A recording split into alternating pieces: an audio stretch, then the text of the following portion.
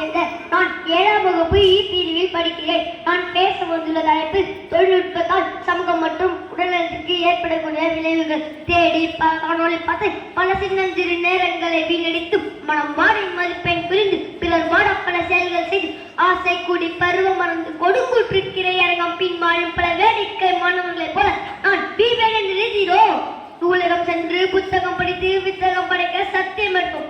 மாதா பிதா குரு தெய்வம் இவர்களை வணங்கினாலே நம் வாழ்க்கையில் உதயம் எந்தையும் தாழையும் குறைவில்லாத ஒரு குருவையும் அனைத்துமாயிருக்கும் மாணவனும் அன்பையும் அறிவையும் அவையொரத்தையும் வணங்கி நல்ல கருக்கு இயங்கி தமிழ் எண்ணெய் மடியில் மயங்கி பேச போய தலைக்கு இறங்கி பறவையை கண்டான் விமானத்தை படைத்தான் எதிரொலி கேட்டான் வானொலி படைத்தான். நமது அன்றாட வாழ்வில் மகத்தான பங்கை வங்கிடும் நவீன தொழில்நுட்பத்தால் சமூகம் மற்றும் உடல்நலத்துக்கு ஏற்படக்கூடிய விளைவுகளை பற்றி தான் நான் இங்கு பேச வந்துள்ளேன். நம்ம எழுப்புவதற்கு அலாரம், பல்துறக்க எலக்ட்ரிக் பஸ், குளிக்க வாட்டர் ஹீட்டர், துணி துவைக்க வாஷிங் மிஷின், துணி அயன் செய்ய அயன் பாக்ஸ், காலை அலாரம் முதல் இரவு மின்விசு வரை. அது மட்டுமல்லாமல் தொழிலும் ஏற்பிடிக்கிறதுல மீன் பிடிக்கும் வரை எந்திரம் வந்து விட்டது.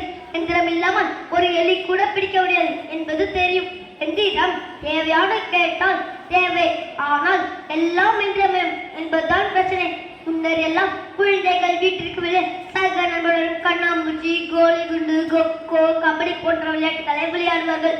இதில் உடலுக்கு தேவையான அனைத்து உடற்பயிற்சிகளும் அனைத்திருக்கும்.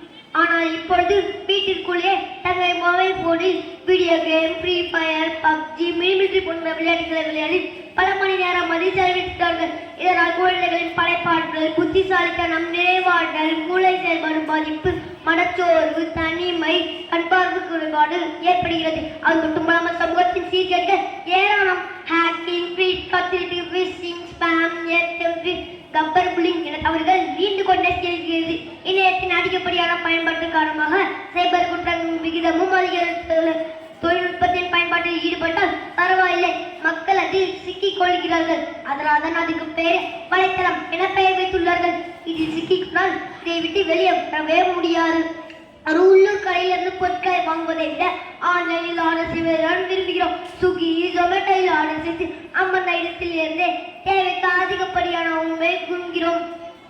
அது மட்டுமல்லாமல் சில கிலோமீட்டர் நடப்பதை விட ஆன்லைனில் கார் புக் செய்வதுதான் விரும்புகிறோம். ஃபேஸ்புக், வாட்ஸ்அப், இன்ஸ்டாகிராம் இவை மக்களின் தகவல் தொடர்புக்காக கண்டுபிடிக்கப்பட்டவை. ஆனால் நாம் இதில் மூழ்கிக் கொண்டு அருகில் இருக்கும் தாய் தந்தையிடம் பேசக்கூட மறைக்கிறோம்.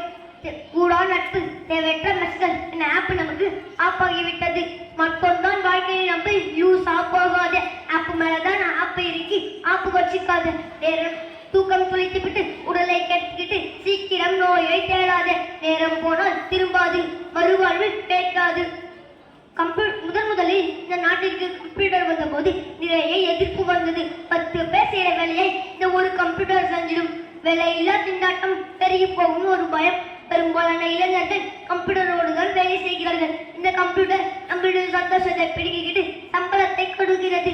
கடவுள் எதற்காக இரவு பகல் இரண்டை படுத்துகிறார்கள்? பகலில் நாம் நம் கடமையை சரியாக செய்ய வேண்டும், இரவில் தூங்க வேண்டும். ஆனால் கம்ப்யூட்டர் வந்த பிறகு என்னாச்சு? இரவுல வேலை செய்யறாங்க, காலையில தூங்குறாங்க. இன்னும் சில பேருக்கு எது பகல் எது இரவுன்னே புரியல. இரவுல முடிச்சுக்கிட்டு இருக்க வேண்டிய ஆண்ட சரியா இரவுல மூச்சுன்னு இருக்கு, பகல்ல தூங்குது. இரவுல ரவுண்ட் அடிக்க வேண்டிய வவ்வால் காலைல எங்கிட்ட போய் தங்குது. விடிய காலையில குருவி கத்துது, கோழி கூவுது. இதெல்லாம் இதோட வேலையா சரியா செய்து. ஏன் தெரியுமா? இதற்கெல்லாம் கம்ப்யூட்டர் தெரியாது.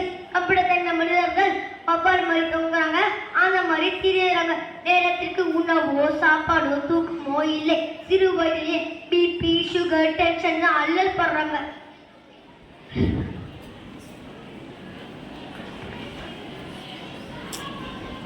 எப்படி எந்திரன் அந்த ரோபோ மனிதர்கள் கூட பழகி மனிதத்தன்மை வந்ததோ அது போல மனிதர்களாக நாம் மெஷின் கூட பழகி மெஷின் மாதிரியே சுத்தி கொண்டிருக்கிறோம். எந்திரங்களின் பெருக்கத்துக்கு முன்னர் நிறைய அழகான தருணங்கள் நம்முடைய வாழ்க்கையில் இருந்தது. தீபாவளி, பொங்கல் சொன்னா உடனே வாழ்த்து அட்டை அனுப்புவோம். அது மட்டுமல்லாமல் போன் இல்லாத போது கடிதம் எழுதுவோம். நம் வீட்டு பிள்ளைகளும் டெக்னாலஜியும் எந்திரங்களையும் நுட்பமாக கையாள்கிறார்கள். மனிதர்களை கையாள தெரிவதில்லை.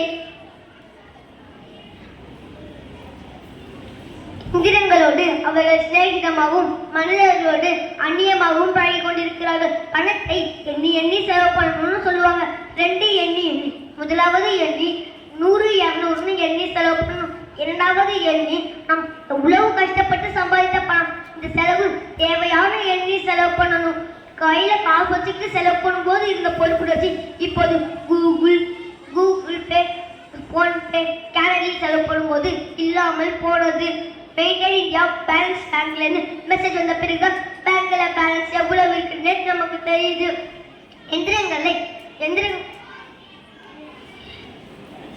வேலையை எளிதாக்குவதற்கும் உற்பத்தியை பெருக்குவதற்கும் தான் எந்திரம் வந்தது. ஆனால் எந்திரங்களை முதலீடு செய்ய முடியாமல் அந்நிய கம்பெனிகளுக்கு சிவப்பு கம்பளம் விரிக்கிறோம். முதலாளிகள் ஒரு திமிங்கலம் போல் சிறு குறு தொழில்களை திரிக்கிறார்கள். இதனால் நெசவு தொழிலும் நெருங்கி போகிறது. ஒரு கல்யாண வீட்டில் 1000 பேர் வருவாங்க. அவர்களுக்கு மாவரைக்க மிக்சி, கிரைண்டர் தேவைதான். கல்யாணத்திற்கு வாங்க வணக்கம் போடக்கூட ஒரு ரோபோவை பயன்படுகிறோம். இதனால் தமிழர்களின் பண்பாடு கலாச்சாரம் இல்லாமல் போனது. வீட்டில் வாஷிங் மிஷின், மிக்சி, கிரைண்டர் தேவைதான். வாக்கிங் போகணும்னா காத்தோட்டமா நடக்க வேண்டியதுன்னு அதற்கு கூட வீட்டில் ட்ரெட்மில்னு ஒரு மிஷினை கண்டுபிடிச்சு வச்சிருக்காங்க. அந்த காலத்துல ஒரு பாட்டு பாடுவாங்க, பால் போய் கத்தி வந்தது டும் டும் டும் டும். அதே இந்த காலத்துல போனா வசதிக்காக எந்திரம் வந்தது டும் டும் டும் டும், எந்திரம் வந்து வசதி வந்தது டும் டும்